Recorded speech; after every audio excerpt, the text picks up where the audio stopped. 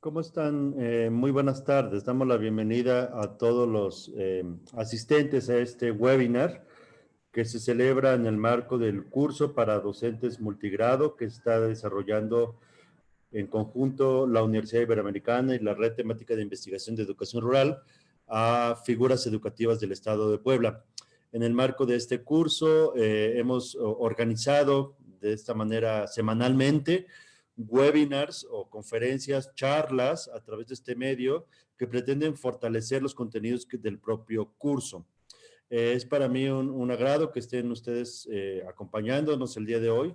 Sabemos que es un día complejo por que se avecinan el tema de las vacaciones y más aún porque sabemos que para muchas personas el día de mañana tiene una celebración importante. Pero bueno, pues para nosotros es enorme gusto presentar el día de hoy la conferencia a cargo de la doctora Amanda Cano. Antes que nada me presento, me llamo Diego Juárez Bolaños, soy académico de la Universidad Iberoamericana de la Ciudad de México y responsable de la Red Temática de Investigación de Educación Rural y al mismo tiempo también responsable del curso que estamos celebrando en colaboración con la Secretaría de Educación del Estado de Puebla. En ese marco me permito agradecer evidentemente a las autoridades del Estado de Puebla, en particular a las siguientes personas,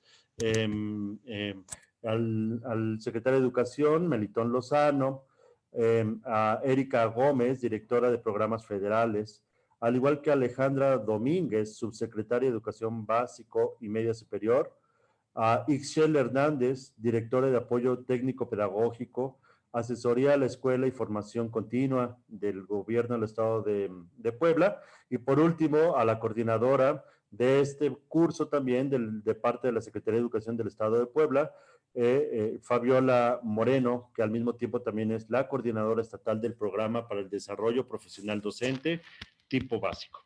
Bueno, después de dar estos agradecimientos, simplemente comento de manera general quién nos acompaña en la charla el día de hoy. Como ya les he mencionado, es la doctora Amanda Cano, quien actualmente es la jefa de la Unidad de Estudios de Posgrado de la Benemérita Escuela Normal Veracruzana Enrique Repsamen, que está ubicada en la ciudad de Jalapa, Veracruz. Ella cuenta con una maestría en educación con énfasis en evaluación institucional por la Universidad Veracruzana y es doctora en investigación educativa también por esta misma institución. Ha tenido una larga experiencia en temas de investigación, proyectos, publicaciones referentes tanto a la educación rural como al multigrado, y también sabemos que otro de sus temas de interés son las telesecundarias, en particular las telesecundarias también multigrado. Bueno, pues antes que nada, entonces, hasta aquí presento a la doctora Amanda Cano.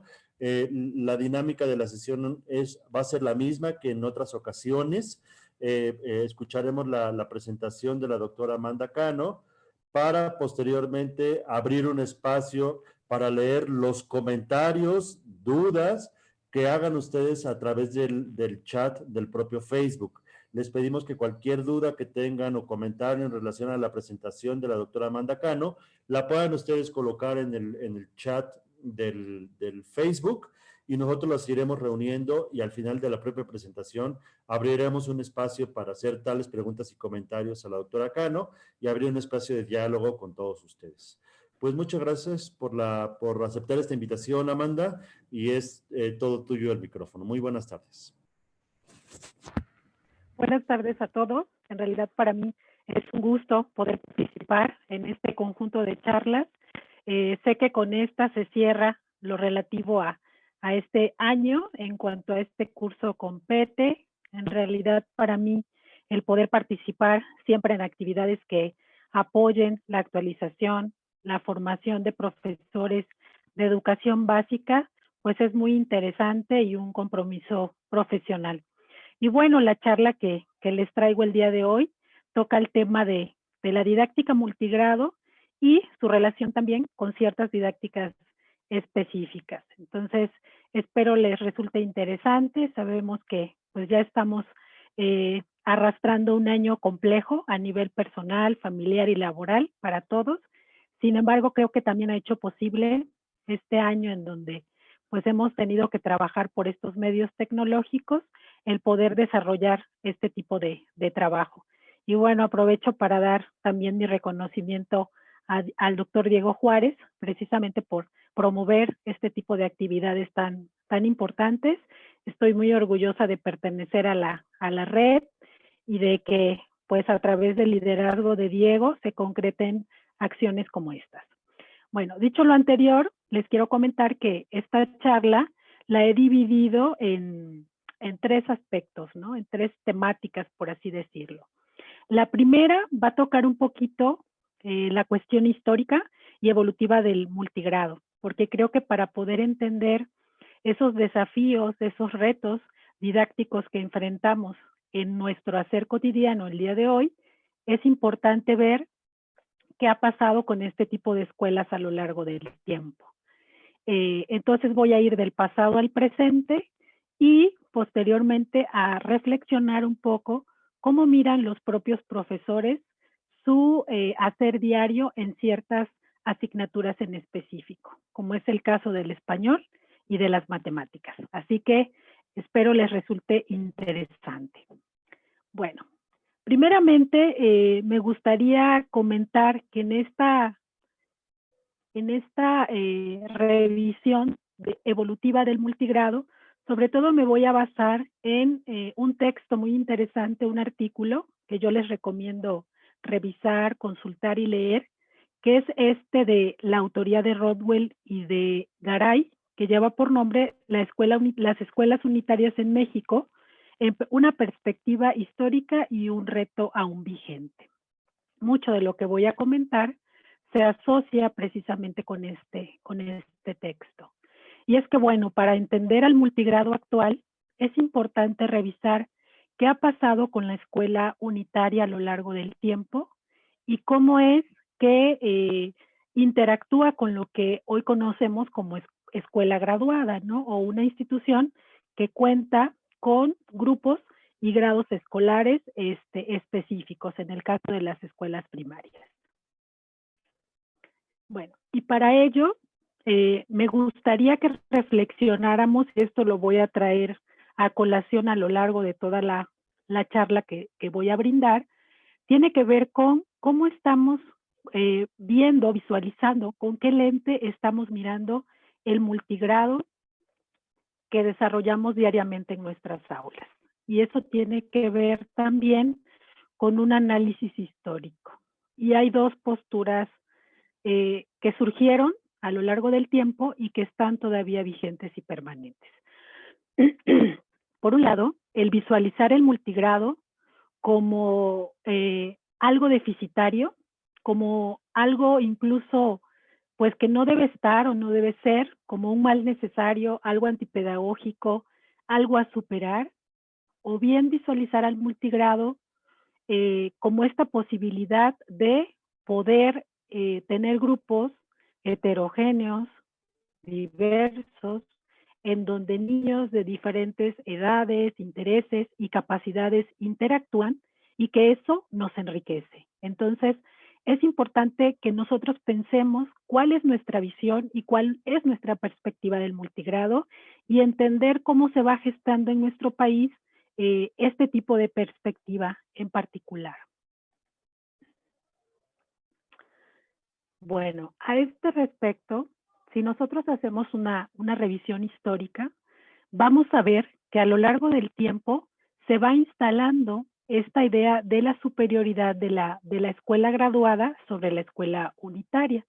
Yo aquí les hice un pequeño esquema y Rodwell lo comenta, lo señala en ese escrito al que me referí, que por muchos siglos la norma o lo que estaba presente en la mayoría de las escuelas, pues era el trabajo de un solo profesor a cargo de pues estudiantes de diversas edades, de de diversos conocimientos que interactuaban de manera cotidiana.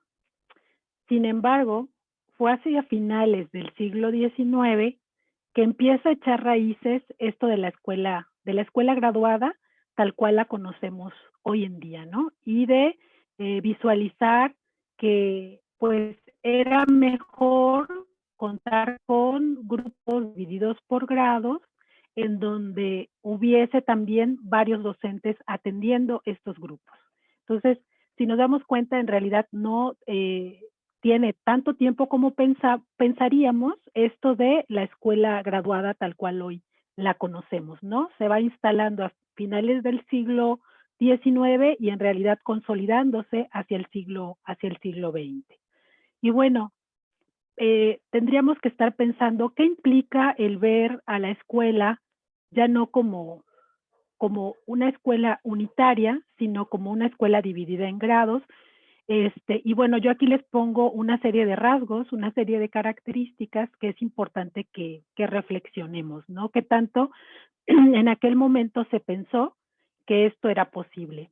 Por ejemplo, que existiera una enseñanza homogénea, ¿no? Ante niños de igual edad, era posible entonces desarrollar una enseñanza homogénea en pro de una igualdad de la instrucción o de la enseñanza, ¿no?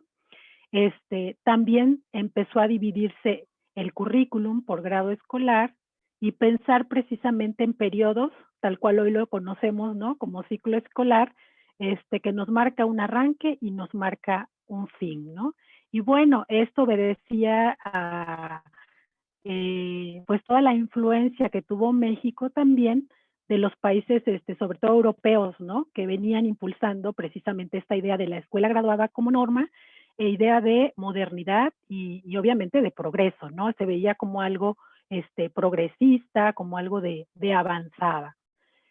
Sin embargo, se va reconociendo en ese momento, a finales del siglo XIX, inicios del XX, que aunque en el discurso educativo se hablaba de lo importante que eran la posibilidad de tener escuelas grandes, graduadas, etcétera, pues se observaba que continuaba predominando la escuela unitaria, ¿no? Siempre fueron la mayor cantidad de escuelas y estas primarias completas de zonas urbanas, pues representaban un porcentaje menor, ¿no? Y bueno, esto es interesante porque es algo que a mí me parece que prevalece hasta el presente, a lo mejor no en igual proporción, pero sabemos que las escuelas en donde trabajan pocos maestros siempre han tenido un importante porcentaje, ¿no? De ahí el que, pues, a pesar de que desde ese momento ya se hablaba de, pues, irlas supliendo por escuelas con un grupo de docentes completos, esto no ha sido posible incluso hasta el presente. Bueno, situándonos en otro momento histórico, también muy importante, que nos ubica ya en la época postrevolucionaria, pues debemos reconocer que sí, lo que se conoce como escuela rural mexicana también puso al centro el pensar, pues, el valor que tenían las escuelas rurales precisamente para los contextos, las localidades en donde estas se ubican, ¿no? Si bien seguía viéndose como un ideal el contar con escuelas grandes, completas, etcétera, se reconocía que es muy diferente la educación que se necesita para los niños, niñas y jóvenes que viven en el campo que para aquellos que habitan en las zonas urbanas, ¿no? Y creo que este pensamiento de Rafael Ramírez, que buscaba pues una enseñanza más para la vida, ¿no? Educar para la vida, me parece que sigue siendo muy vigente. Yo lo que quisiera con todo este recorrido que voy a hacer es sobre todo que vayamos ubicando el que cada momento histórico de la escuela rural mexicana nos aporta también en nuestro presente y nos cuestiona sobre el trabajo que estamos haciendo, ¿no? Entonces, hoy que se habla de la vigencia de la escuela, de la relevancia de los contenidos que trabajamos, creo que como profesores que nos desempeñamos en contextos rurales, pues sí debemos de tener claro cuál es el sentido de nuestro trabajo, ¿no? Hacia dónde va, cuáles son los fines y Y bueno, eso fue un ideario precisamente de Rafael Ramírez en su momento, quien impulsó no solo la escuela unitaria, ¿no?, sino las escuelas rurales. Otro momento que me gustaría recuperar y que nos va dando idea de cómo se fue, pues a lo mejor diluyendo esta política pública para las escuelas unitarias, tuvo que ver con este periodo que se conoce como de educación socialista, que fue también muy importante. Muy importante porque yo creo que aquí en aras de una igualdad educativa, de pensar que no tendrían que existir diferencias entre la educación para el campo y la educación para lo urbano, se trató de imponer un currículum nacional y de que se ofreciera una educación similar en ambos contextos. Entonces, pues yo creo que aquí tendríamos que cuestionar eso, ¿no? ¿Qué tanto lo que se demandaba era una educación equitativa más que igualitaria, ¿no? Sin embargo, pues esto se dio así y entonces empezamos a ver que se va imponiendo a la escuela unitaria pues una idea cada vez más graduada, ¿no? Del currículum, de los grupos y de cómo ésta debe operar y la cual continúa hasta el presente. Bueno, posteriormente hablamos de un periodo amplio, en donde se observa pues algunas iniciativas dirigidas a las escuelas unitarias, sobre todo que se promueven desde algunas instituciones o desde algunos organismos. Entonces, destaco sobre todo el papel de las normales rurales, que sabemos que también han tenido su propia lucha y que continúan en el presente funcionando con su propia filosofía, con su propia perspectiva, pero bueno, en aquel momento también jugaron un papel relevante, sobre todo para difundir el legado de Rafael Ramírez, que como decimos, es muy importante en materia de educación rural, al igual que otros educadores postrevolucionarios. Entonces, creo que también es una parte interesante y que pues actualmente necesita ser fortalecida. A su vez, en ese momento también se gestó un congreso a nivel nacional promovido por el Sindicato Nacional de Trabajadores de la Educación, que tenía como temática la educación rural. Entonces, este congreso pudo abrir pues la voz, diría yo, las voces de los profesores que trabajan en estos contextos y comentar precisamente cómo era su experiencia en estos contextos de trabajo. Creo que precisamente nos hace mucha falta recuperar este tipo de ejercicios, este tipo de espacios, ¿no?, de diálogo entre los profesores que pues tienen mucha experiencia y que es importante que volvamos a tejer redes, ¿no?, de este tipo. Y por último, algo que quisiera destacar es el papel que jugó el Instituto para la Formación y Capacitación del Magisterio. Fíjense que hay que recuperar mucho el trabajo que hizo en particular a través de la Biblioteca Pedagógica de Perfeccionamiento Profesional. Y de ahí creo que otra experiencia que pudiéramos traer la colación hacia el presente, porque a través de esta biblioteca se difundieron libros muy importantes en materia de docencia multigrado o de pedagogía multigrado, como ustedes la quieran llamar, que en su momento pues no se hablaba de multigrado, sino de docencia más para las escuelas unitarias. Entonces, aquí les voy a proyectar, a mí me parece que dos docentes destacados que han influido mucho en lo que es el trabajo multigrado actual en nuestro país, ¿no? Por un lado, Luis F. Iglesias, que ustedes saben es un educador argentino que dedicó mucho tiempo de trabajo con niños precisamente en una escuela unitaria. Entonces, este material de Luis F. Iglesias se dio a conocer a los maestros como pues una propuesta, ¿no?, como una pedagogía específica para trabajar en las escuelas unitarias. Lo mismo sucedió con Abner Prada, que es el que se encuentra a la derecha, y este material que también la Secretaría de Educación Pública dio a conocer. Entonces, son materiales valiosos porque nos comparten experiencias de profesores que en su hacer diario van construyendo una pedagogía multigrado. Yo les, o para la escuela unitaria en ese momento, yo les puedo comentar que, bueno, de Luis F. Iglesias viene toda esta idea de poder dividir a los estudiantes en ciclos, ¿no? En ciclos, en primero y segundo, tercero y cuarto, quinto y sexto, el poder trabajar con guiones de trabajo, ¿no? Que fomenten el trabajo autónomo. Todo eso viene precisamente de esta influencia que tuvimos de estos académicos, bueno, hoy podríamos decir académicos, aunque en su momento eran reconocidos por ser docentes sudamericanos.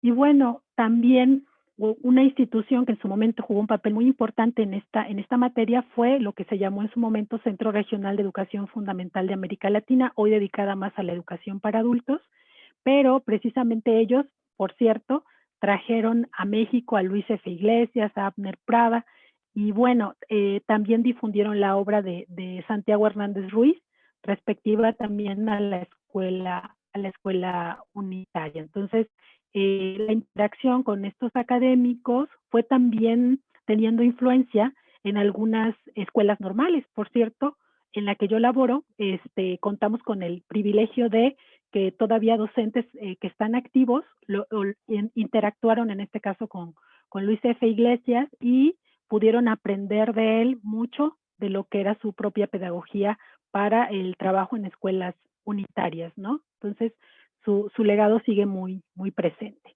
Bueno, si bien esta parte, pues, es como importante, ¿no? Lo que acabo de mencionar en función que ya se venía hablando y gestando en nuestro país sobre la importancia de contar con una pedagogía específica, con una didáctica específica para los grupos multigrado. Lo que sí es importante señalar es que a nivel internacional, pues seguía estando muy presente esta idea de que lo mejor era contar con grupos homogéneos, ¿no? Con grupos homogéneos, como sinónimo de, pues, una mejor atención educativa. Entonces, esa era, por ejemplo, la postura de la UNESCO en su momento, ¿no? Y fíjense, ahora podríamos pensar que, pues, es un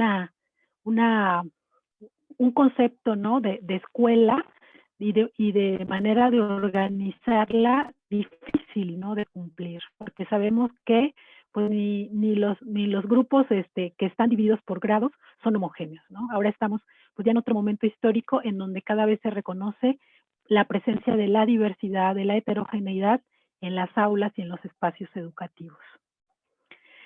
Bueno, ya acercándonos un poco más en el tiempo, algo importante que tendríamos que reconocer es precisamente la constitución del CONAFE, ¿no? Del Consejo Nacional de Fomento Educativo, que como sabemos vino a ampliar la cobertura educativa, sin duda alguna, la amplía bastante porque empieza a llegar a aquellas comunidades, a aquellas localidades en donde pues hay un grupo reducido de niños, ¿no? Y en donde pues muchos quizá de los profesores normalistas en su momento no aceptaban laborar en esos espacios, ¿no? Entonces, a partir de ahí se vive una política muy interesante en nuestro país porque ustedes muchos deben conocerla, ¿no?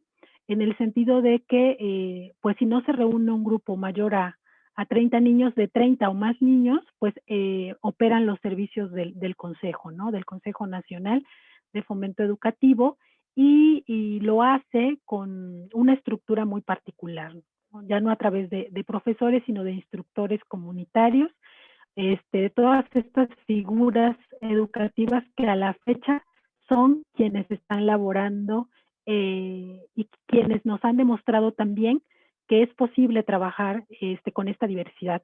Algo muy interesante y que creo que también tendríamos que recuperar, pues todo el aporte del CONAFE en esa materia es que sí ha contado con modelos pedagógicos específicos, con modelos educativos, específicos para el multigrado, como es el caso de que les pongo en la imagen, de Dialogar y Descubrir, y actualmente el modelo ABCD, que también está incluso planteado no solo para el multigrado, sino para el multinivel, ¿no? Abarcando desde preescolar hasta secundaria.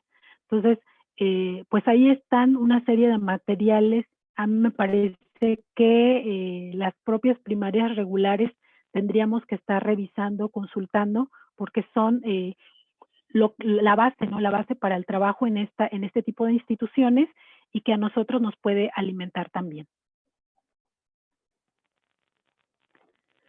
Bueno, de ahí México vive otro periodo importante en donde lo que se busca sobre todo es seguir aumentando la cobertura, aumentando la cobertura educativa y sobre todo que en las escuelas rurales ya no solo se ofreciera a veces primero y segundo grado como pasó por muchos años, ¿no? Yo lo viví de manera personal en la comunidad en donde crecí, en el sur de Veracruz, ¿no? Que ya para estudiar tercero mis hermanas tenían que viajar a otras partes porque ya la escuela pues no contaba con esos grados.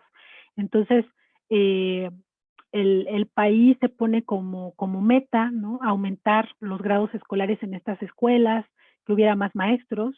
Ahí está la presencia del multigrado, ¿no? Ahora con escuelas bidocentes, tridocentes. Y el problema aquí fue que a la par no se genera un currículum particular para estas instituciones, sino se sigue trabajando con un currículum graduado.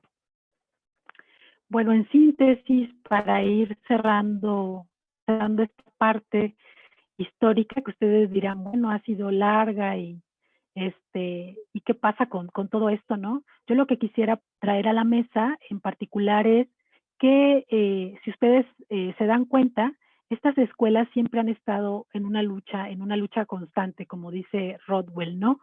Siempre bajo el acecho o la idea de que pues las escuelas grandes, las escuelas que cuentan con muchos maestros, pues son más progresistas, son mejores, ¿no? Y pues que la aspiración es a tener grupos homogéneos, grupos más similares, ¿no? En características del estudiantado, del alumnado. Y bueno, lo que Rodwell nos señala, y yo aquí lo retomo, lo leo textualmente, dice que eso ha sido más bien una ilusión que nos ha generado pues bastante desigualdad educativa, reprobación, deserción, promoción sin garantía de aprendizaje, simulación, dice ella, que caracteriza a nuestros sistemas educativos modernos. Entonces, creo que es importante que lo reflexionemos de esa manera, ¿no? Que tanto el querer estandarizar, homogeneizar la educación para unos sujetos y para otros ha sido positivo o ha creado también ciertas problemáticas, que es lo que voy a hablar a continuación, a partir de señalar cómo se visualiza el multigrado ya de manera más contemporánea, ¿no? En los últimos años. Bueno, entro a la segunda parte de esta plática. Primero, pues sí, ustedes saben que lo último que se conoce fuerte, sobre todo para las escuelas que pertenecen al subsistema de educación básica, pues es la propuesta educativa multigrado 2005, valorada, reconocida, usada por muchos de los maestros que trabajan en estos contextos, lo que habla de que fue un buen material, un material pertinente. Sin embargo, ustedes saben también que como sistema educativo nos hemos visto envueltos en cambios curriculares continuos, frecuentes, casi sexenales, que han hecho que esta misma propuesta se vaya desfasando, ¿no? Se vaya desfasando y a la par que observábamos nuevos planes de estudio, en realidad no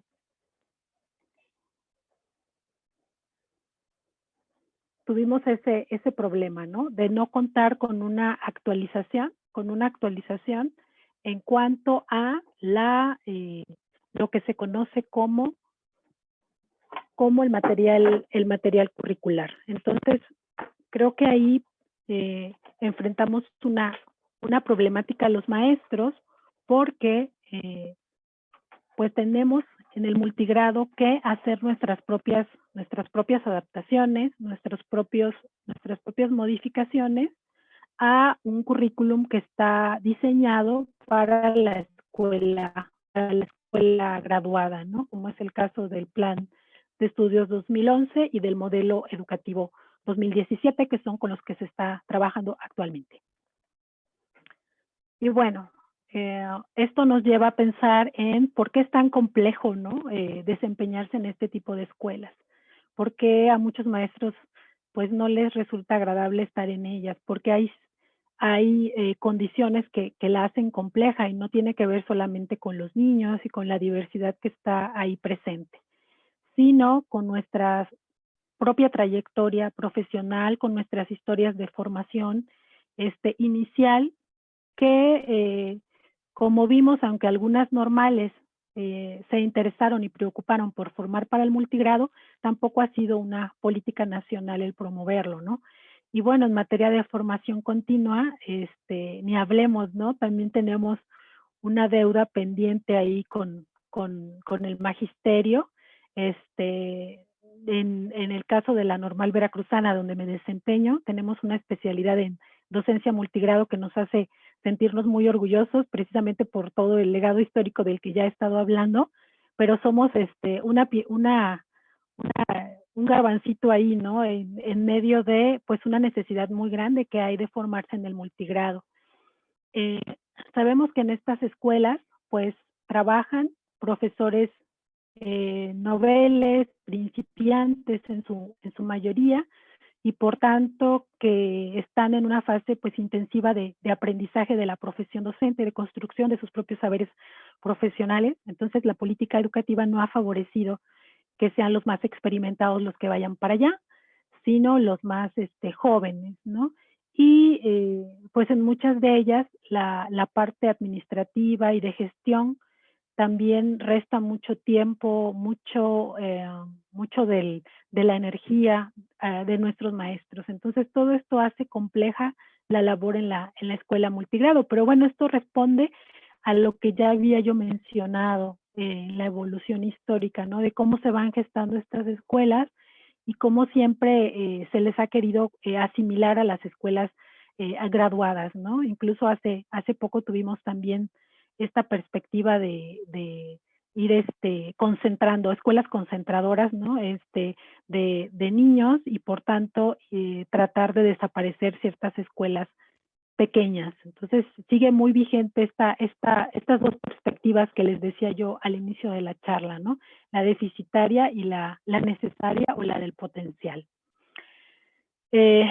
Bueno, también se reconoce, ya les decía yo, que en porcentaje estas escuelas siguen siendo, pues tienen un porcentaje significativo, ¿no? A nivel nacional, Veracruz, donde yo radico, pues tiene un porcentaje muy alto de escuelas multigrado y desde el propio INE, hoy extinto, pues se reconocía, ¿no? Que sí hace falta una política educativa integral para este tipo de instituciones que genere inercias entre el Estado, la Federación, los municipios y que diríamos apunten no solo a la cuestión didáctica o pedagógica, ¿no? Están otros elementos ahí que ustedes saben, de condiciones laborales de los maestros, ¿no? Salariales, de equipamiento, infraestructura de estas escuelas que lo demandan y lo exigen, ¿no? Hoy vemos una política que intenta apoyar esta parte, esperemos que se consolide porque es muy importante y necesario. Bueno, después de haber hecho este breve recorrido histórico en el ayer y en el hoy, entraría yo más en la parte de los retos didácticos, ¿no? De qué está pasando con la docencia multigrado.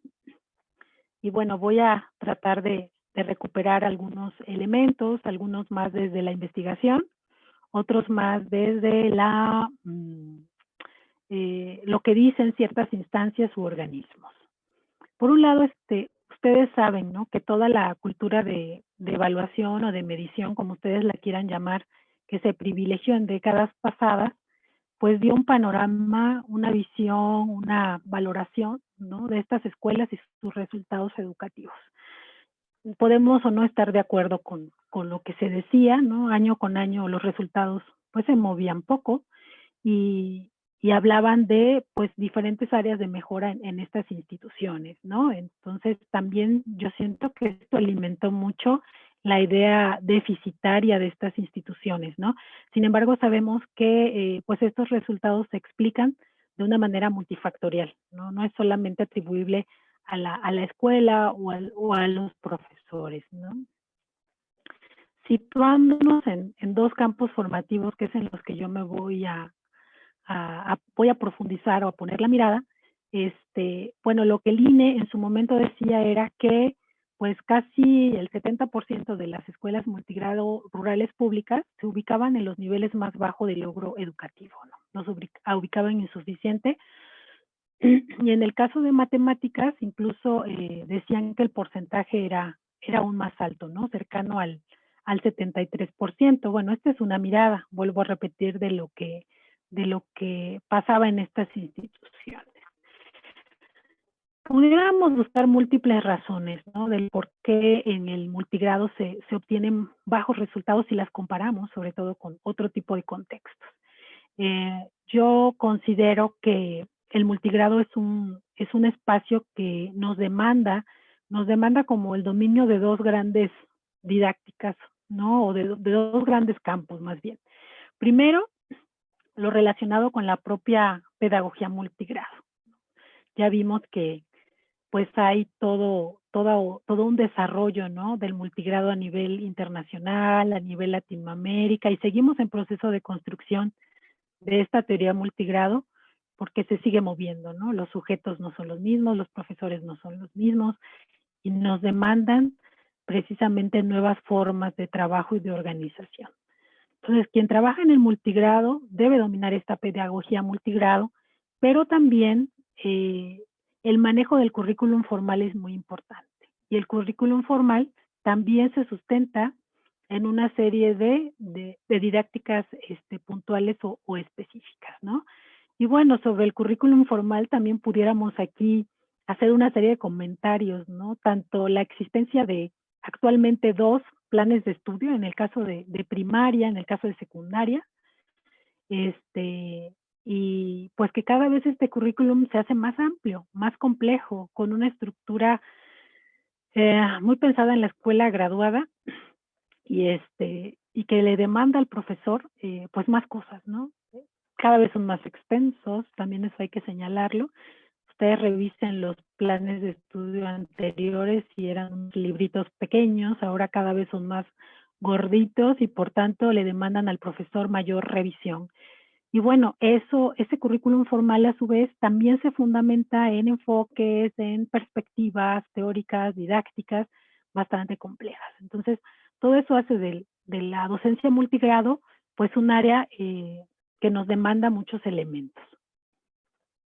Sobre la pedagogía multigrado en particular, sobre todo la idea que yo les quiero compartir es que no solamente demanda el dominio de metodologías, de herramientas de trabajo para poder intervenir con varios grados a la vez.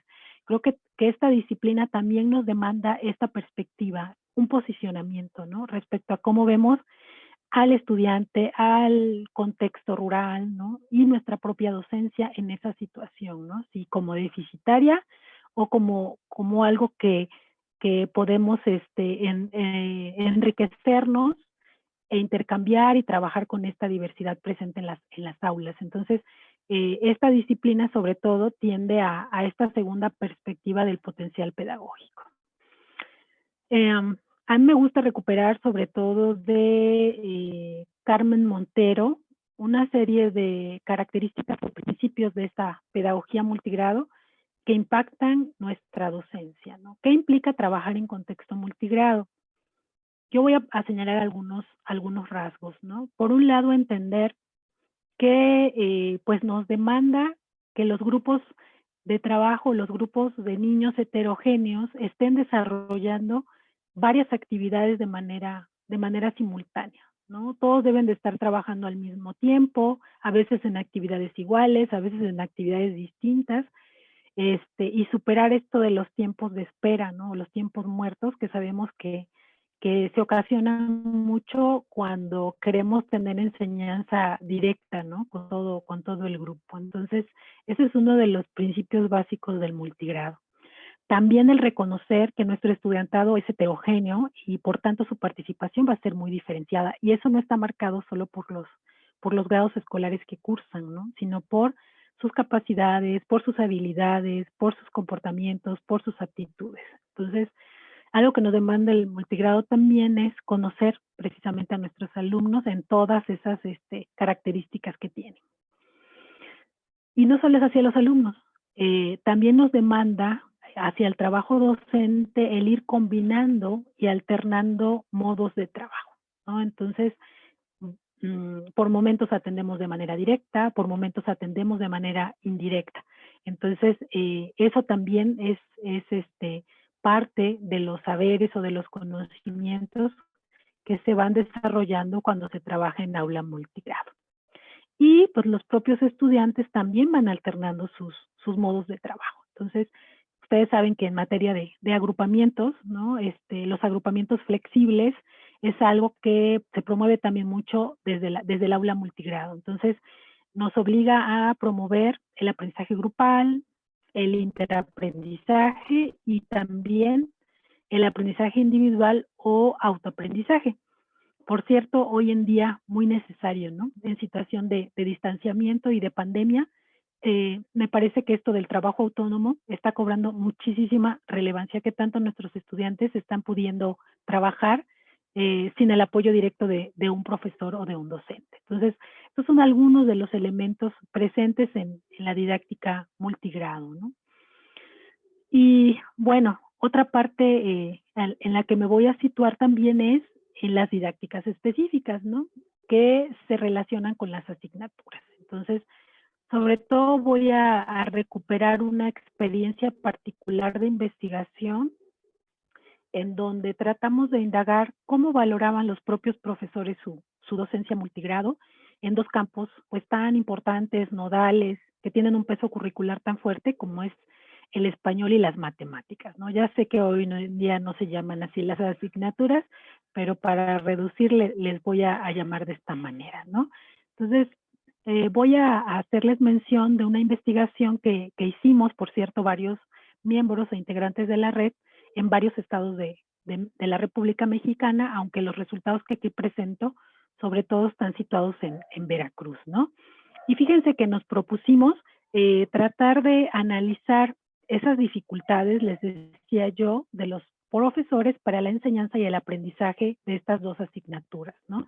Así como las necesidades de profesionalización que ellos visualizaban o consideraban importantes.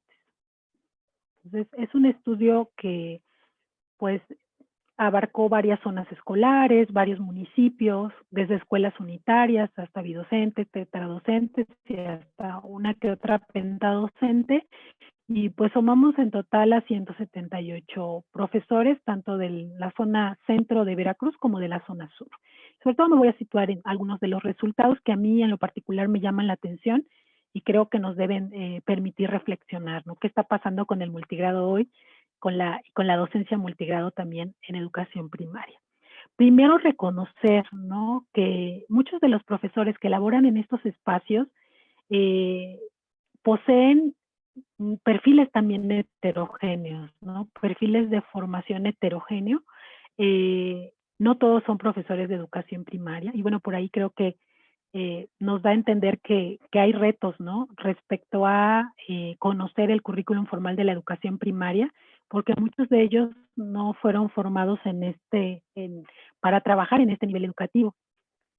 También encontramos que muchos de los profesores fueron formados en una escuela normal, pero más de la mitad no. Entonces, hay otras instituciones formadoras también que están interviniendo, en este caso, en la formación inicial para el multigrado.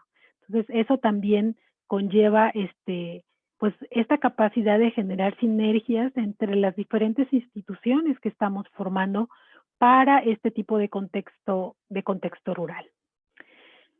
Algo interesante fue que los propios profesores señalaran que pues en muchas de las escuelas no se cuenta con una biblioteca instalada. Y bueno, ustedes dirán, ¿y eso qué tiene que ver con las didácticas, no? Pero hay que reconocer que buena parte del currículum formal de la educación básica, no solo de primaria, supone que hay disponibilidad de materiales, ¿no? Que los niños, niñas, jóvenes tienen que consultar para poder profundizar, para poder ampliar en los aprendizajes esperados señalados en estos planes y programas de estudio. Entonces, por ahí vemos una, un área de mejora, ¿no?, importante respecto a lo que está pasando con estos acervos en la escuela, que muchas de las escuelas multigrado no cuentan con ese material organizado. Bueno, ya entrando en materia específica de cómo ven los profesores sus propios resultados educativos, cuando les preguntamos cómo valoraban sus resultados en las asignaturas de español y matemáticas, lo que los maestros nos señalaron, sobre todo, era que pues los resultados eran en su mayoría regulares, ¿no? En su mayoría regulares, aceptando que pues sí hay áreas por atender, ¿no? Hay cuestiones que no están siendo alcanzadas, que no están siendo logradas por los estudiantes, ¿no? Algunos sí señalaron que los resultados eran buenos y una mínima parte de excelentes, ¿no?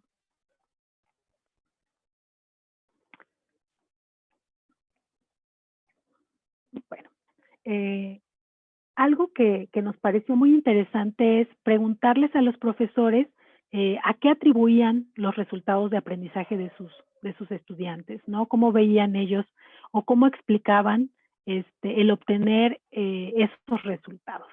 Y categorizamos los resultados en estos elementos que ustedes ven en la izquierda, ¿no? Aludieron los profesores al tiempo, a la ruta de mejora, al contexto social y familiar de los estudiantes, a los recursos y materiales didácticos, a la comprensión de textos, a las características del alumnado y al trabajo docente, y por último a las inasistencias. Lo que hicimos fue dividir los resultados en dos grupos. Por un lado, los que decían que los resultados de aprendizaje eran excelentes o buenos, y por otro lado, los que pensaron que los resultados fueron de regulares a malos. Y fíjense que cuando analizamos esta parte, lo que encontramos fue que cuando los profesores valoran los resultados como excelentes o buenos, sobre todo lo atribuyen a dos aspectos. Por un lado, al propio trabajo del docente, a su trabajo como profesor, en cuanto a la forma en la que él organiza su clase, en la que pone en juego ciertas estrategias didácticas, a su planeación y a su evaluación. Reconociendo que esa fortaleza es lo que también ocasiona buenos resultados de aprendizaje. Y por otro lado, también aludieron a las actitudes de los estudiantes, ¿no? Ante la asignatura, al interés que ponen en la misma, a los antecedentes escolares y a la trayectoria escolar de estos jóvenes. En cambio, cuando señalan que estos resultados son regulares o malos, sobre todo lo atribuyen al contexto familiar y social de los estudiantes, al compromiso de los padres de familia, a los rasgos de las comunidades, ¿no?, que influyen en que los estudiantes pues no muestren un desempeño pertinente. Y bueno, de esta parte nos llama la atención, o lo que en lo personal también me llama la atención es que pues sí se adjudica mucho hacia lo contextual, lo familiar, y poco se señala que tienen que ver estos resultados con mi propio trabajo como profesor. En lo que compete a matemáticas, hicimos lo mismo, ¿no? Preguntarle a los profesores a qué atribuyen estos resultados en matemáticas. Y bueno, aquí lo que destacan los maestros fue que cuando estos resultados son excelentes o buenos, sobre todo tiene que ver con que los alumnos están comprendiendo los problemas matemáticos, ¿no? Si logran entenderlos, si logran conocer e identificar qué planteamiento trae este problema, pues para ellos obtienen buenos resultados en sus aprendizajes, ¿no? Y precisamente si no hay una buena comprensión de estos problemas, obtienen malos resultados, ¿sí? También en cuanto a las características del alumnado, sobre todo lo pusieron en juego cuando estos resultados son de excelentes a buenos, ¿no? Ahí sí dicen que tiene que ver con los propios hábitos de estudio de los estudiantes, el interés que muestran por la asignatura, etcétera. En este caso, pues el trabajo docente también queda un poco diluido o borrado, ¿no? No se asocian estos resultados a el desempeño del profesor. Bueno, otra cuestión que nosotros indagamos o preguntamos tiene que ver con estas causas de los resultados de aprendizaje ahora por grado escolar, ¿no? Ahora por grado escolar. Les preguntamos a los profesores cuáles eran las principales causas, ¿no? de los malos o bajos resultados en cada una de estas asignaturas, y en lo que compete a español, sobre todo fíjense que lo que nos señalan es una problemática que a mí se me hace interesante señalar y tiene que ver con la alfabetización inicial, que aparece en amarillo. Si ustedes observan el gráfico, en primer grado ocupa un gran segmento, ¿no?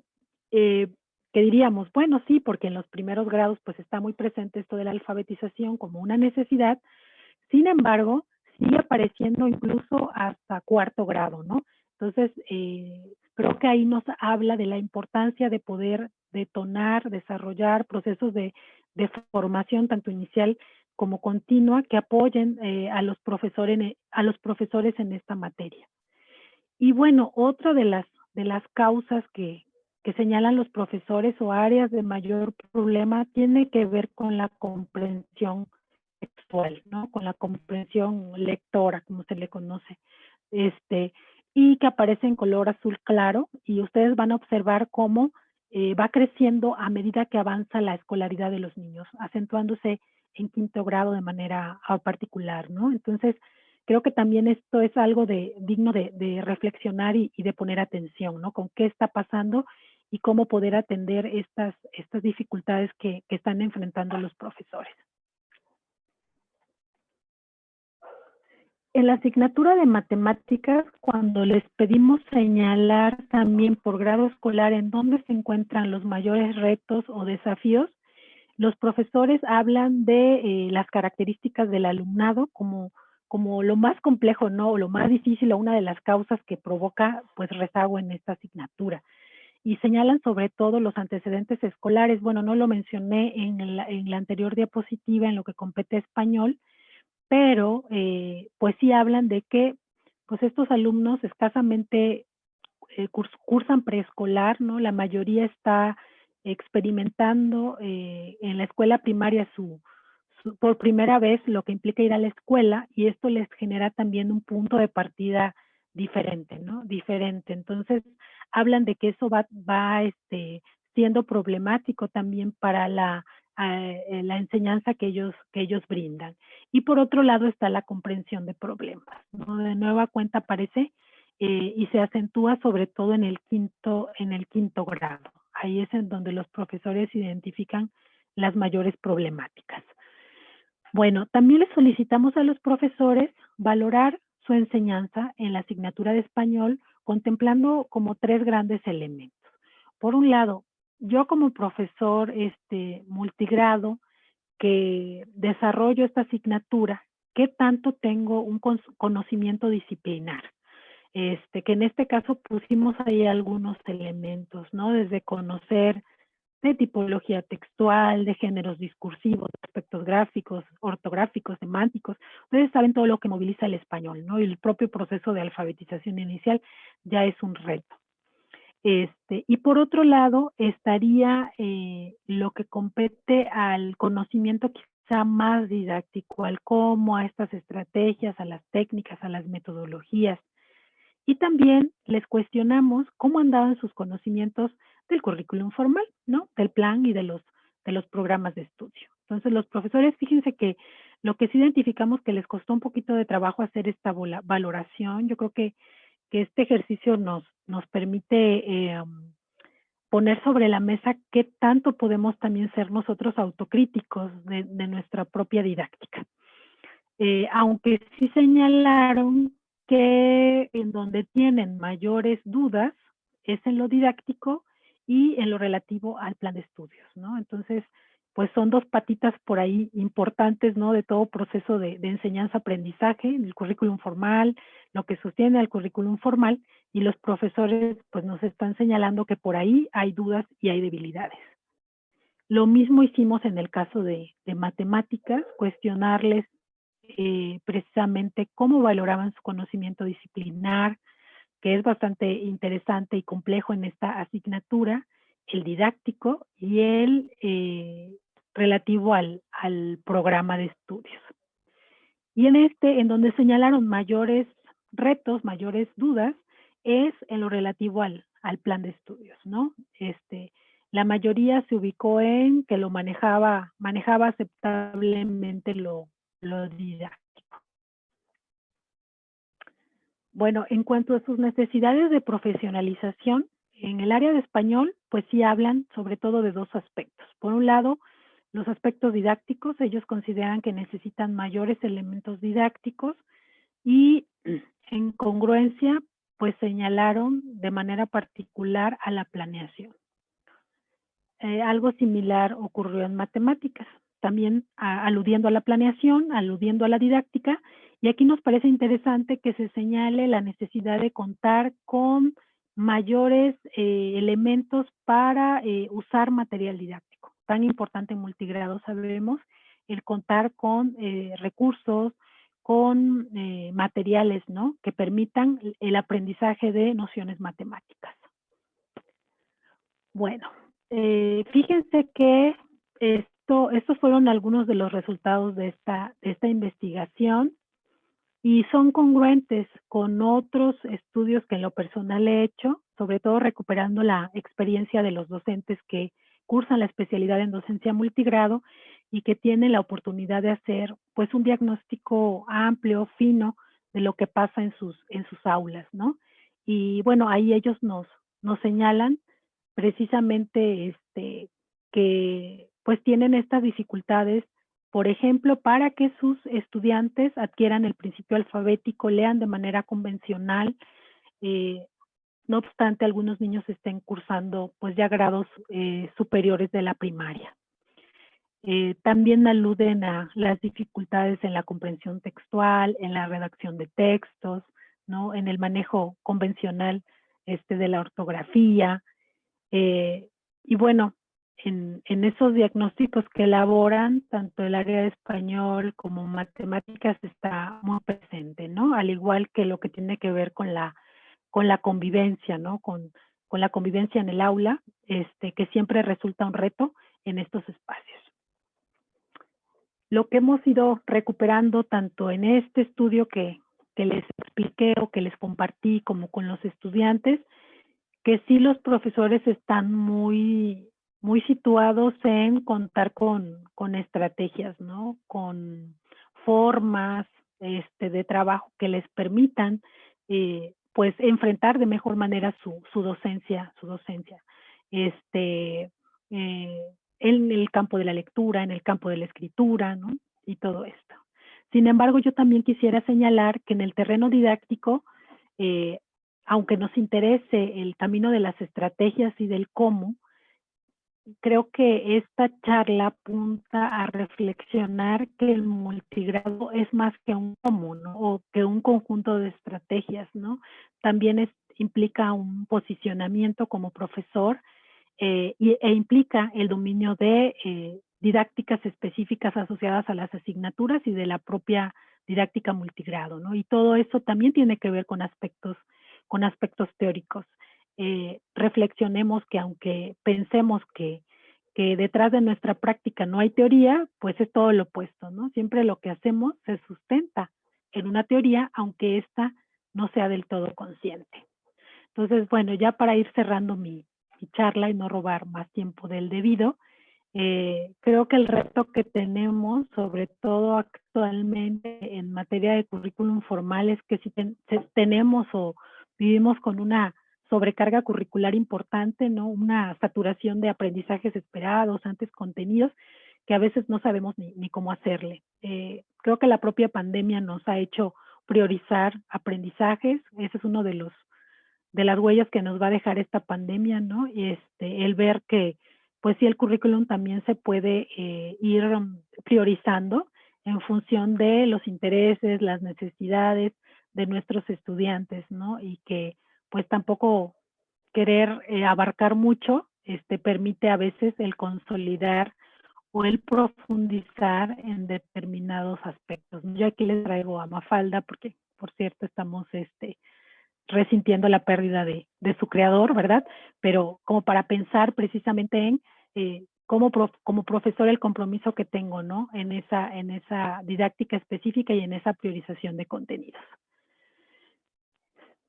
Y bueno, creo que en materia de didáctica multigrado y de didácticas específicas, siempre el reto que tenemos es, como profesores, poder responder a las características de nuestros estudiantes a través de proponerles tareas, estrategias, situaciones, como ustedes le quieran llamar, interesantes y pertinentes, que a su vez permitan el que se acerquen a ciertos saberes, ¿no? A ciertos saberes que tienen como origen un desarrollo científico. No es sencillo, todo el tiempo nos estamos moviendo en este triángulo, y creo que reflexionar sobre él y las múltiples interacciones que se dan entre él, pues es básico, ¿no? Es básico para poder seguir avanzando, ¿no? Entonces, ya para finalizar mi intervención, solamente comentarles que a partir de todo este recorrido que he hecho, considero que trabajar en este tipo de espacios, sin duda alguna, representa un gran desafío como profesor, también una valiosa oportunidad de aprender, y creo que de entrada superar esta perspectiva deficitaria es muy importante, ¿no? Si nosotros cambiamos nuestra mirada, adoptamos otros lentes, encontraremos que en esos espacios hay mucha riqueza, ¿no? Que estos estudiantes, situándome en el medio rural, poseen conocimientos, poseen muchos saberes que a veces la escuela no recupera, ¿no? Y pongo por ahí el cómo tendríamos que estar reflexionando sobre este efecto Pigmalión, ¿no? Las profecías autocumplidas, en el sentido de cómo visualizamos el avance, el desarrollo de estos jóvenes. Yo sé que la ruralidad actual está cambiando muchísimo, ¿no? Que son otros contextos, otras situaciones las que enfrentamos actualmente, y creo que también eso demanda una docencia multigrado renovada.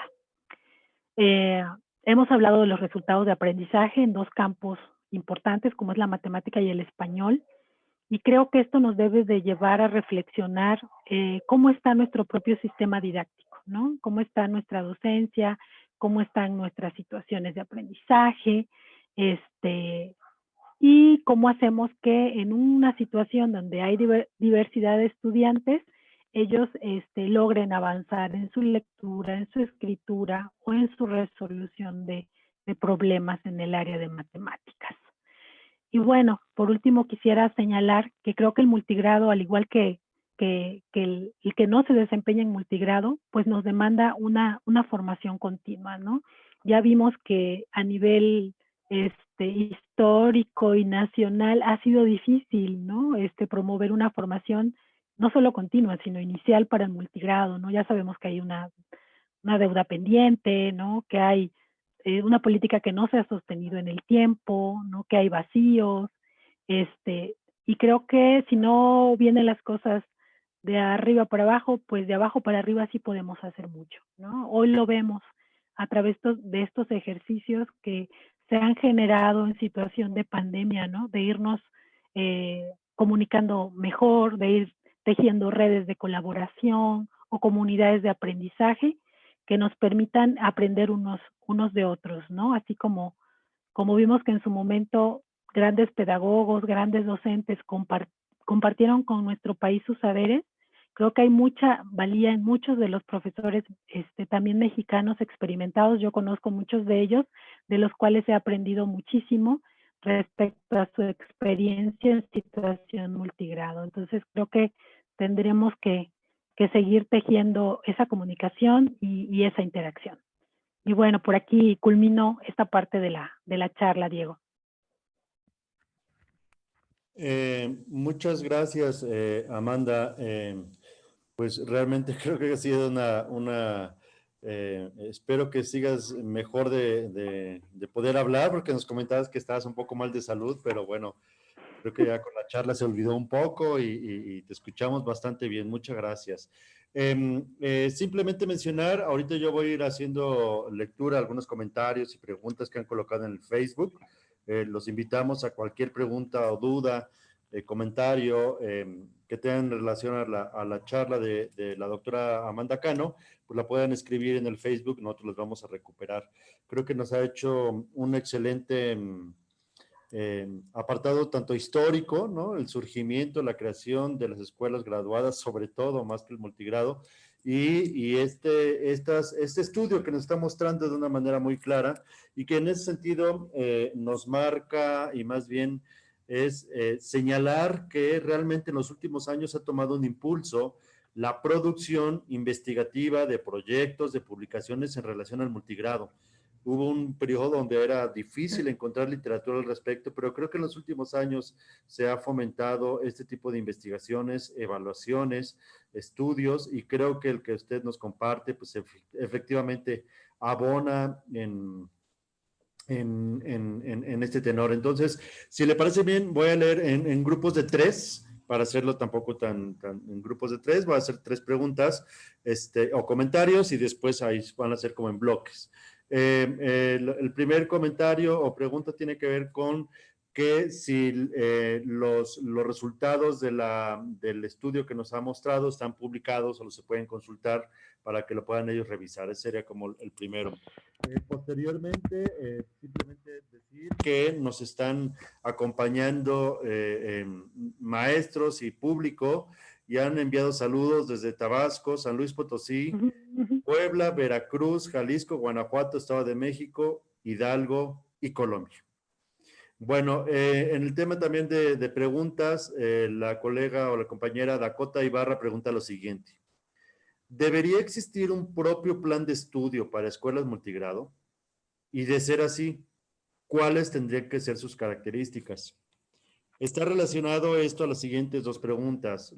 Una que realiza Sofía Cárdenas, que dice, ¿qué elementos debería incluir los nuevos planes y programas de estudio desarrollados en la nueva escuela mexicana para atender a las escuelas multigrado? Está relacionada con la siguiente pregunta. Desde su perspectiva, ¿cómo debe ser y cómo podría ser la nueva escuela mexicana para el multigrado? Y la tercera pregunta de este bloque, y con esto cerramos este primer apartado, dice, ¿considera usted que la educación multigrado debería estar tan alejada de la educación en contextos urbanos o habría maneras de acercar el multigrado a la educación general? Son las tres primeras preguntas. Adelante, Amanda. Bueno, pues muchas gracias y mando saludos también a todos los colegas que nos acompañan. Es un gusto poder dialogar con todos ustedes. Pues empiezo por la cuestión del estudio al que me refería en mi charla. Está por publicarse un artículo que precisamente condensa toda esta información en la revista Tendencias Pedagógicas de la Universidad de Madrid. Entonces ahí podrán ustedes, me parece que en enero, tener pues todo el artículo donde hago toda esta recuperación y bueno, reconozco también la labor que hizo la doctora Lucila Galván Mora, también integrante de la RIER, en poder operar este monográfico en la revista, en donde no solo participo yo, sino varios colaboradores de la red. Como decía Diego, observamos que en los últimos años hemos logrado también un mayor impulso en la investigación y en la divulgación en este campo. Entonces, por ahí ustedes lo van a poder consultar próximamente, esta investigación, ¿no? Y bueno, lo otro que señalaban es con relación a los planes de estudio, ¿no? ¿Qué tanto se requiere algo específico para el multigrado? Yo creo que sí es necesario. A mí me parece que yo no he querido con esta charla decir que debe haber una división, ¿no? Entre lo rural, lo urbano, en el sentido eh, de no sumar, ¿no? Yo creo que ciertamente esta idea del currículum nacional me parece que es importante, con criterios, con elementos generales mínimos, es un punto de partida, es una base necesaria. Sin embargo, la situación multigrado a mí me parece que sí demanda un planteamiento diferente, ¿no? En su momento se contó con esta PEM 2005, con esta propuesta educativa multigrado que trataba de organizar, articular los contenidos, de agruparlos, y fue muy importante, es muy valiosa para los profesores, y a mí me parece que ese trabajo ya no se continuó, y eso generó muchas dificultades, o está generando dificultades. Hay estados, debo señalar, como es el caso de Veracruz, de San Luis Potosí, me parece que de Sinaloa también, que han hecho sus propias organizaciones multigrado, ¿no? Los equipos técnicos de los estados se han dedicado a encontrar ese hilo conductor entre los aprendizajes esperados que van de primero hasta sexto grado y proporcionarle a los profesores estos apoyos. Sin embargo, me parece que se trata, vuelvo a repetir, de sumar, ¿no? Y de no tener esfuerzos a veces, no sé, que cada estado impulsa, tratando de responder a lo que los propios profesores les demandan, ¿no? En este caso yo diría que sí tendría que venir de una política federal, lograr contar con un modelo educativo, y yo diría no solo para el multigrado, sino para la educación rural, porque a mí me parece que aunque los estudiantes se ubiquen en un nivel educativo similar, como puede ser la primaria, sí poseen características diferentes. Entonces, más que otra cosa, sí demandan al profesor, me parece que otro tipo de trabajo, ¿no? Con la comunidad, con las localidades, que a veces en las ciudades esto no se da precisamente por las propias características de los contextos urbanos, ¿no? Entonces, actualmente estamos como en una especie de caos, ¿no? O el río está muy revuelto en materia curricular en educación básica. Ustedes lo saben, la pandemia tampoco ayudó, ¿no? A que pudiera, pues, avanzarse en esta cuestión de la nueva escuela mexicana. Eh, por un lado, el anterior, gobierno federal cerró con la promesa de, pues, que se tendría que continuar con el nuevo modelo educativo. Sin embargo, pues al haber un cambio importante a nivel federal de partido de gobierno, pues esto ya no fue así, y viene ahora la nueva escuela mexicana, que no acaba de nacer, que vemos pues dificultades también para poder hacer ya un planteamiento curricular diferente. Sin embargo, yo esperaría que sí viniera a nivel curricular algo específico para multigrado, que ayude y que permita al profesor un trabajo pues menos complejo, ¿no? En función de poder tener ya una condensación de contenidos. Quiero decir que los pasaría como con el CONAFE, ¿no? Los estudiantes, aunque están en CONAFE, alguien que egresa del subsistema CONAFE, un estudiante puede también ingresar al sistema regular en educación secundaria, y por tanto tendrían que estarse abordando contenidos, o como se le llama, aprendizajes esperados similares, ¿no? Pero yo creo que aquí lo que hace el CONAFE es hacer una adaptación a la situación multigrado, y yo diría una priorización de contenidos, que es lo que sí necesitamos, ¿no? Sacar pues tantos aspectos que a lo mejor yo diría no son nodales para la educación básica, y sí dejar aquellos que resultan centrales e importantes. Yo diría que en esta cuestión de la nueva escuela mexicana, yo no apuntaría solo a lo curricular. Yo creo que si solo viene como un modelo que apunte a lo pedagógico, está bien, pero no es suficiente, porque sí se requeriría una política integral de fortalecimiento a estas escuelas. Ustedes saben que un currículum formal funciona, ¿no? Bajo ciertos elementos que tienen que ver con los profesores, con su formación inicial, con su formación continua, con la infraestructura, con el equipamiento, y entonces sería un modelo completo, ¿no? Un modelo completo. Por cierto, hago el comercial, nosotros hablamos de esto en un libro que recién acaba de publicar la Universidad Iberoamericana, que toca precisamente esto de propuestas para pues mejorar la educación rural. Entonces así lo vimos como una política integral que no solo toque lo curricular.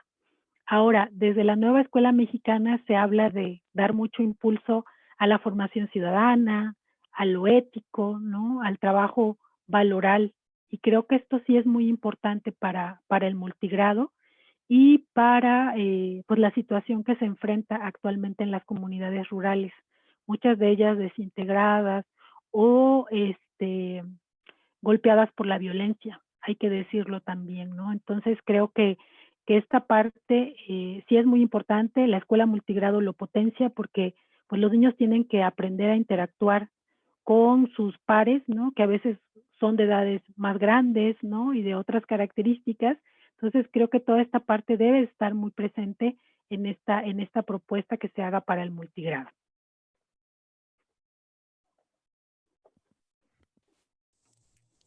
Listo, muchas gracias, Amanda. Voy a hacer la lectura de la segunda parte de los comentarios. Empezamos con los comentarios. Dice, la historia de la educación en México es muy rica en pedagogía. La época de oro de la Escuela Rural Mexicana con Rafael Ramírez, con Santos Valdés y otros maestros ilustres desconocidos dejaron huella en la educación y de pronto las políticas erráticas modificaron la escuela. Por otro lado, también nos comentan lo siguiente, los contextos rurales están dotados de enormes posibilidades y eso le brinda al maestro la oportunidad de explotar sus capacidades docentes. Y ya en tema de preguntas, hay dos muy concretas y dice, muy buenas tardes, doctora. ¿Alguna metodología que proponga para la adquisición del sistema escritor en escuelas multigrado? En ese sentido, ¿cómo fortalecer la producción de textos en este tipo de contextos? Y la segunda pregunta tiene que ver, ¿qué recomendación nos podría dar para fortalecer la planeación en las escuelas multigrado y aprovechar así mejor el trabajo de los alumnos? Adelante. Bueno, pues primero sobre la alfabetización que ya señalaba yo, me parece pues un aspecto bien interesante, bien crítico, ¿no? En los contextos rurales, porque como ustedes saben, pues mucho se ha hablado, ¿no? De qué tanto influye, en este caso, el ambiente alfabetizador o no, en el que están inmersos los niños, las niñas que acuden a estas escuelas, y que sabemos a veces no hay ese ambiente letrado, ¿no? En sus espacios familiares. Y por tanto, y bueno, si se suma lo que ya señalaba yo, ¿no? El hecho de que muchos de ellos no cursan educación preescolar, pues también habla del reto que tiene la escuela primaria, ¿no? Yo en lo personal, no soy partidaria de métodos, ¿no? De métodos específicos para poder desarrollar el principio alfabético, sino de una perspectiva, vuelvo a repetir, didáctica respecto a la alfabetización, que me parece que tampoco es fácil construirla, ¿no? Sí requiere procesos de formación, sobre todo porque pues los métodos nos dan la confianza de seguir una ruta, seguir una serie de pasos, aunque sabemos que pues todos los estudios sobre adquisición de la lengua escrita pues van señalándonos, ¿no? Que pues se tiene que ir adquiriendo de una manera mucho más natural, tal cual se han dado o se han adquirido otros procesos tan importantes en los niños como es el aprender a hablar o el aprender a caminar. Entonces, en lo personal soy mucho más partidaria de contar con una formación en este sentido, ¿no? Más más que una metodología. La parte oficial sabemos que está muy anclada en esto de las prácticas sociales del lenguaje, ¿no? En el uso social de la lengua escrita como contexto, no, como parte, ¿no? De esta adquisición. Por un lado está, pues, todo lo que tiene que ver con conocer cómo funciona el sistema de escritura y por otro lado cómo funciona, pero no lo ve de manera separada, sino que al usar la lengua escrita, los niños van descubriendo precisamente cómo funciona este sistema. Entonces, pues sí debo reconocer que yo en lo personal soy muy de estas propuestas constructivistas, ¿no? Cercanas a pues toda esta vertiente psicogenética también de la lengua escrita, pero bueno, hay muchos trabajos interesantes en esta línea, ¿no? Que yo les podría recomendar, sobre todo de colegas argentinas, ¿no? Que han propuesto pues algunas cuestiones didácticas más puntuales, como es el caso de Miriam Nemirovsky, que ha trabajado toda esta parte, ¿no? De poder hacer un uso más integral del, del aprendizaje y de la alfabetización. Entonces, yo les recomiendo sobre todo seguir un poco esta literatura, sobre todo para no caer como en prácticas que ya sabemos pues generan pues mucha violencia alfabética y una resistencia, ¿no? A querer leer y escribir posteriormente, porque eso sí se llega a convertir en un problema, ¿no? Si no le encontramos sentido, gusto y uso a la lengua escrita, pues lo vemos como una actividad mecánica, que creo que en eso también se ha caído mucho en las prácticas presentes, ¿no? Actuales de los profesores, ¿no? Hay mucho material interesante. Yo creo que ese sería otro reto de investigación que tenemos, ir recuperando pues todo lo que en su momento se produjo, sobre todo en los planes 93, que ahorita suenan viejitos, ¿no? Pero bueno, ahí se dio una política muy fuerte de formación continua para los profesores en materia de lectura y de escritura, incluyendo la alfabetización inicial. Hay ficheros didácticos muy interesantes, muy bonitos, que se pueden trabajar con los estudiantes para hacerlos usar la lengua escrita y reflexionar e ir adquiriendo el principio alfabético, ¿no? Entonces, sé que no es un proceso que se logra en un año ni en 2 años, a veces para algunos niños, por los puntos de partida que se tienen. Yo al respecto sí recomiendo pues sobre todo se requiere un trabajo también con las propias familias de los niños y las niñas, porque hay mucha presión a que pues ya logren leer y escribir de manera convencional, ¿no? Aunque cuando sean adultos no les guste leer o jóvenes y no hayan desarrollado el gusto por la lectura. Entonces aquí no hay ninguna prisa, ¿no? Aquí el asunto es que vaya desarrollando ese interés también por leer, por escribir, y no solo por hacerlo de manera mecánica, obligatoria e impuesta. Entonces, ¿cómo se enseña a leer? ¿Cómo se enseña a escribir? Y yo sobre todo lo comento ahorita en situación de pandemia, pues creo que involucrando a los niños pequeños en todas esas actividades de lectura y escritura que hacemos los propios adultos, ¿no? Desde hacer recados, hacer listas, hacer la carta a los Reyes Magos, y toda esta parte que les hace ver la importancia de leer y de escribir, ¿no? También creo que también tenemos que irnos actualizando respecto a pues todo lo que nos ofrecen los recursos y los medios tecnológicos, que ustedes dirán, bueno, es que en el medio rural no hay tanto, pero me parece que ya al menos el celular está siendo muy presente en los medios rurales también, y los propios papás también ya están incursionando en este tipo de prácticas. Y bueno, hay que recuperar de ahí pues mucho de la lectura, ¿no? En voz alta, mucha de la tradición oral también que tenemos, y que por ahí empieza mucho de la reflexión de cómo funciona el lenguaje narrativo, tan importante para adquirir el principio alfabético. Entonces, pues yo en lo personal también me he metido un poco en este tema y he estado trabajando algunos, sobre todo cuentos, el trabajo con cuentos para los niños, para ir desarrollando la conciencia fonológica. Ustedes saben que, bueno, ya la tecnología actual nos permite muchas cosas, ¿no? El formato karaoke, el que los niños canten y vayan descubriendo las convencionalidades de la escritura. Entonces, por ahí voy a publicar algo también de algunos dispositivos didácticos que estamos diseñando en esta línea. Y en materia de producción, que es otro tema, ¿no? La cuestión de la producción, de la redacción. Fíjense que sobre todo yo les recomiendo que le sigan la pista a un investigador de Ginebra, ginebrino, que se llama Joachim Dolz.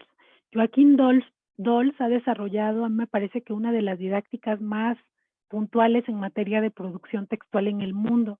Y tenemos la suerte de que es bilingüe porque es de madre española, entonces también ha hecho mucho tanto para el francés como para el español. Tiene un librito que se llama Producción escrita y dificultades de aprendizaje.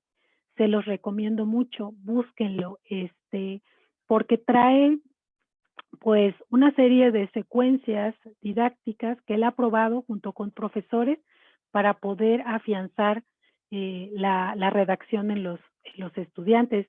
Y algo que él señala y que fíjense que no comenté en la charla, pero que a mí me parece muy valioso es que como profesores partamos de identificar cuáles son esos errores, por así decirlo, que nuestros estudiantes tienen, ¿no? Entonces, si nosotros identificamos sus errores, podemos apoyarles, ¿no? De mejor manera. Si no los identificamos, perdón,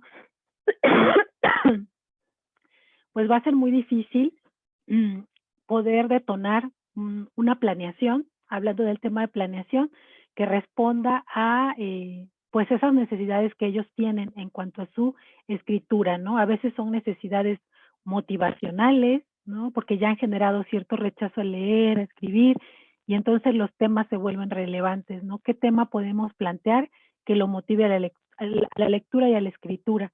A veces tienen que ver con otros procesos, ¿no? Más de producción, más de desconocimiento del tipo textual que se está trabajando, del género discursivo también. Entonces, yo sí les recomiendo mucho seguirle la pista a él, igual a Dora Riestra, que también en esta misma línea de trabajo ha venido desarrollando pues toda una didáctica en materia de producción textual.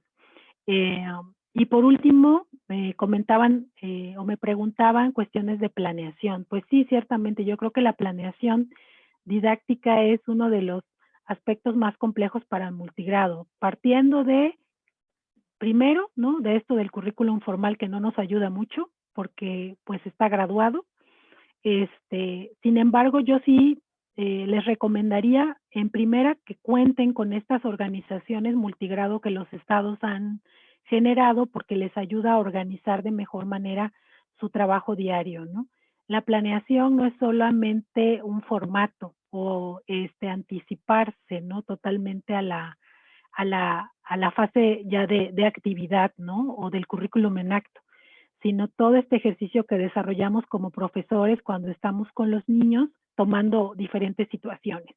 Y bueno, la planeación en el multigrado sobre todo nos exige diversificar. No hay una planeación única, genérica, que nos funcione para todos los grupos, para todos los niños, porque cada grupo es diferente, pero sí necesitamos conocer al menos algunas formas de planeación. Yo sé que en este curso que están teniendo, están conociendo algunas de ellas, ¿no? Algunas son mucho más fáciles de desarrollar para el multigrado, o son más pertinentes, diría yo, para el multigrado, como es el trabajo por proyectos, ¿no? Didácticos que nos permite integrar, por un lado, los intereses de los niños, que siempre es importante, ¿no? Ir recuperando su voz y su participación, y ver cómo se articulan con aprendizajes esperados específicos, ¿no? Eso sí lo tenemos muy visualizado en la especialidad en docencia multigrado, que este tipo de trabajo motiva mucho a los niños, los hace participar, les hace tener voz, voto, ¿no? En el trabajo por proyectos, y nos permite integrar, ¿no? Yo sobre todo les recomendaría pensar en metodologías globalizadoras, planear desde algo global. Y bueno, creo que ya tuvieron la participación del maestro Zenobio Popoca presentando pues el amplio menú que implica trabajar con metodologías globalizadoras, ¿no? Más desde la perspectiva de Freinet, de Crowley, que permiten pues recuperar mucho, sobre todo del valor también del contexto, ¿no? Para poder tomar sentido y significado al trabajo que se hace en el aula, ¿no? Entonces, creo que necesitamos diversificar por fuerza en el multigrado, ¿no? No solo tener una misma forma de planear, no necesitamos trabajo con proyectos, trabajo con secuencias didácticas, trabajo con de clase muy específico a veces, ¿no? En el caso de matemáticas a veces se requiere trabajar con secuencias muy puntuales y diversificar siempre nuestras formas de planeación, pues es fundamental.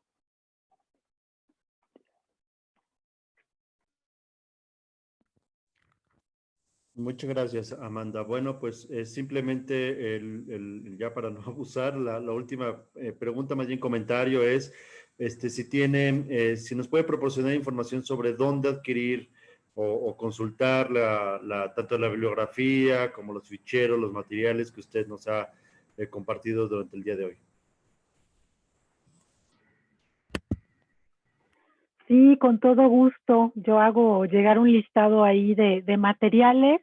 De hecho, hice una diapositiva con algunos de los que señalé, precisamente para poder compartirla, ¿no? Yo creo que eso es algo que nos falta también en materia de multigrado, ir haciendo bueno, la red lo ha intentado en materia de repositorio de artículos, ¿no? Del estado del arte, de lo que estamos haciendo, investigando, pero creo que esto que se hace en las zonas escolares, de que ya empiezan a aglutinar materiales interesantes, creo que sería una interesante propuesta a nivel nacional. En algunos otros momentos lo hemos platicado en la red, ¿no? De contar con pues laboratorios también, ¿no? Que nos permitan, no como los científicos que tienen otras cosas en sus laboratorios, nosotros tratando de recuperar pues tanto esta dimensión histórica como todo el material que se produce para el multigrado, para la educación rural. Entonces, creo que eso sumaría mucho o actualmente con la posibilidad que nos da el digitalizar los materiales, pues es muy rico, ¿no? Lo que podemos consultar. A veces nos confunde también, ¿no? Porque encontramos pues de todo tipo de propuestas, pero creo que si los lentes son los correctos, encontraremos los materiales adecuados para nuestros niños y niñas. Yo en lo personal sí les voy a compartir, o le haré llegar a Diego estos materiales que he mencionado, porque yo creo que son valiosos, ¿no? Y de repente eso ha pasado en México también. Llega un nuevo plan de estudios y se desecha todo lo anterior, ya no sirve. Y no es cierto, hay mucho material bien valioso, bien interesante, que sigue siendo vigente para poder trabajar con nuestros estudiantes.